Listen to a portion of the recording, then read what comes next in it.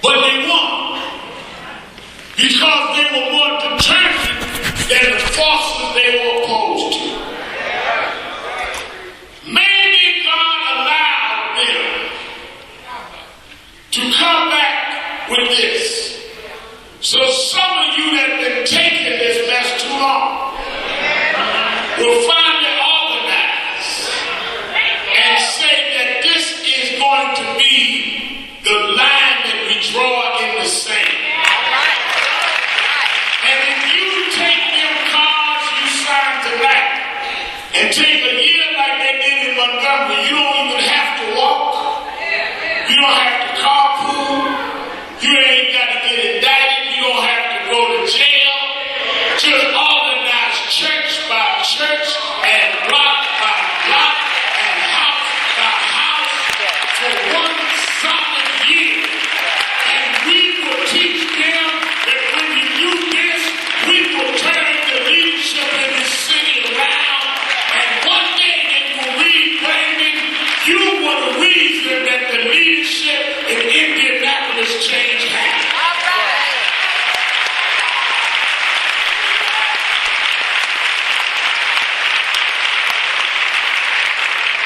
Second thing I told Dr. Clay is that I am going to join him and others in appealing to the United States Justice Department.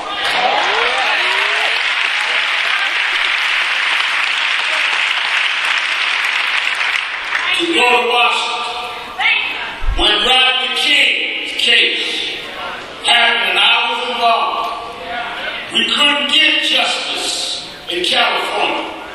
We went to the federal courts and put those police in jail. After the week was sodomized in Brooklyn, New York, we couldn't get justice in Brooklyn. We went to the federal courts and those cops are in jail tonight. You may have rendered your decision, but this ain't over.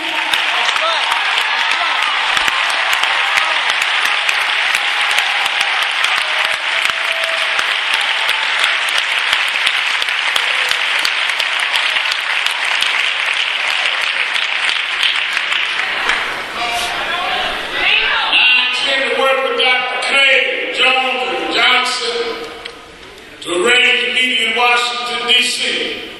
to bring this case and the other case, because they call it, when there's several cases, they call that a pattern. And when you have a pattern, probably that's when the Justice Department can come in to investigate a pattern based on civil rights violations. See, that's why y'all should have got one case right. Because it would have broke up the pattern. And since y'all got it all the wrong way, you have built a case of a pattern.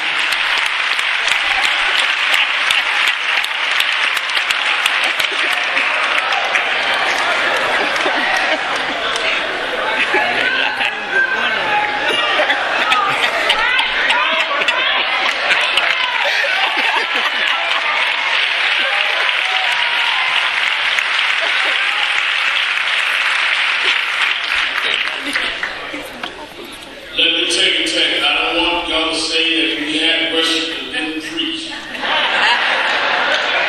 turn your cameras off. We were in church now.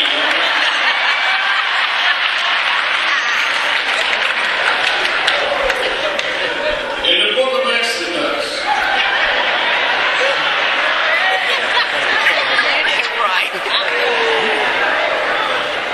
8th chapter,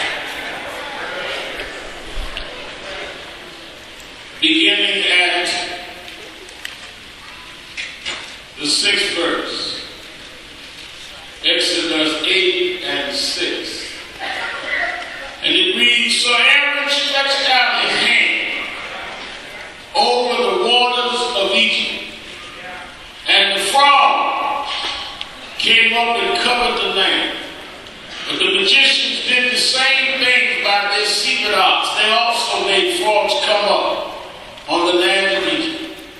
Pharaoh summoned Moses and Aaron and said, Pray to the Lord to take the frogs away from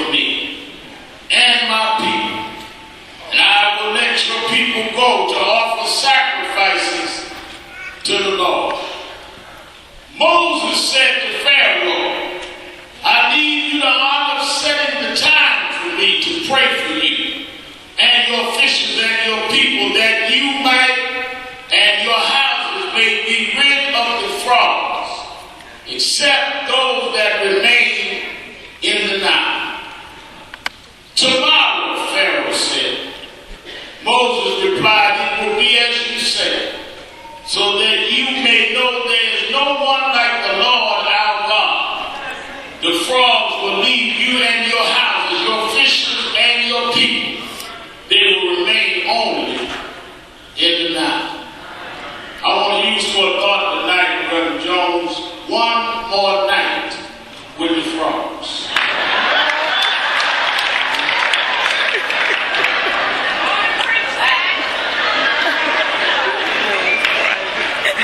One more night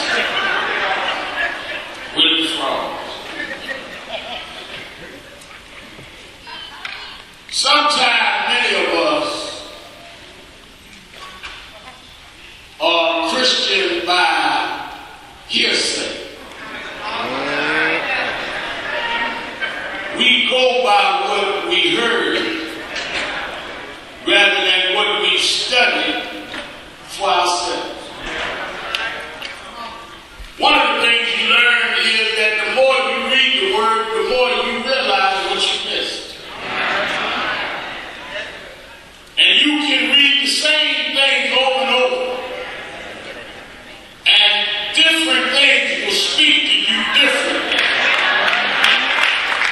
Some of it has to do with at what stage in your life you read, or what you may be going through, or what you have come to understand. I've been preaching all my life, and all my life I know the story of the Exodus. How God had called Moses, and how Moses saw this fire and went up and saw this bush consumed with fire, and God used it to speak to him. You know, that happens in life. You go looking for one thing, not knowing you had an appointment with God. And God in his own time will make you keep your appointment.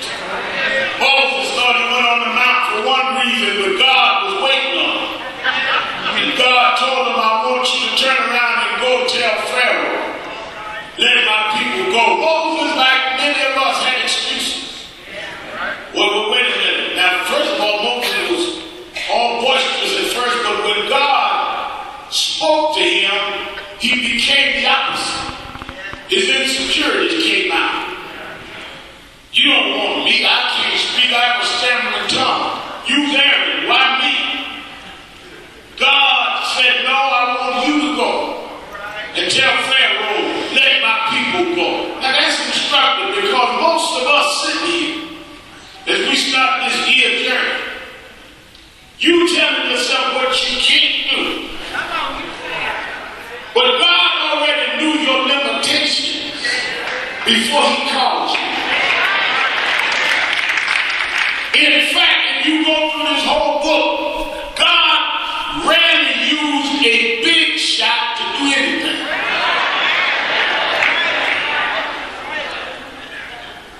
He always uses somebody that you would never expect could be you. He likes to use rejects.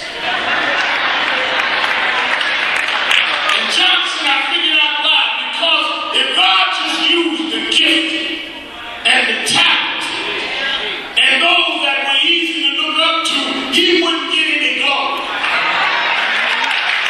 But if he takes a reject, if he takes somebody that no one saw nothing in, and takes them and exalts them, he could get the glory, because you say only God could have done that.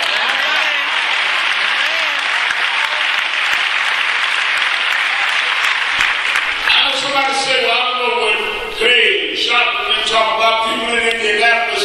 It's a small town, they ain't gonna do all of that.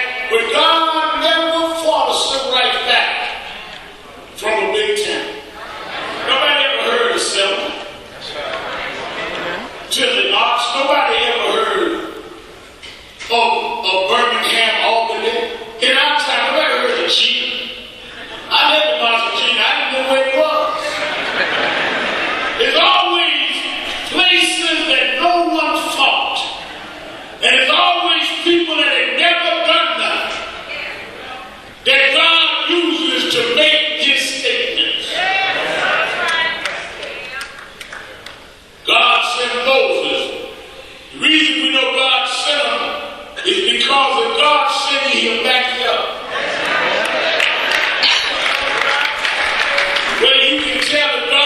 somebody is God to back them up. And the way you know God to back them up is that you can't even figure out yourself how you gonna do what you gonna do. But you stand up and do it because God told you to do it. And if God told you to do it, He gonna provide what you need to get it done.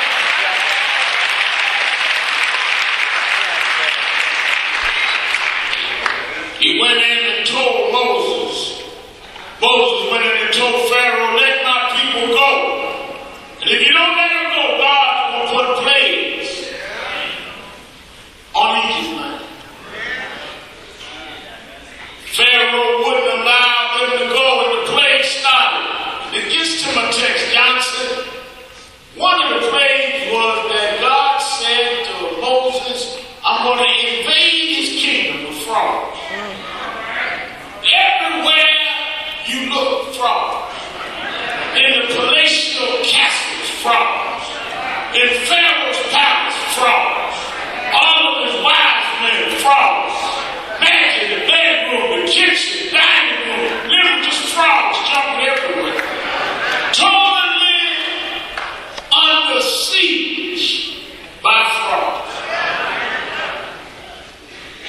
But then here comes the point I come to make.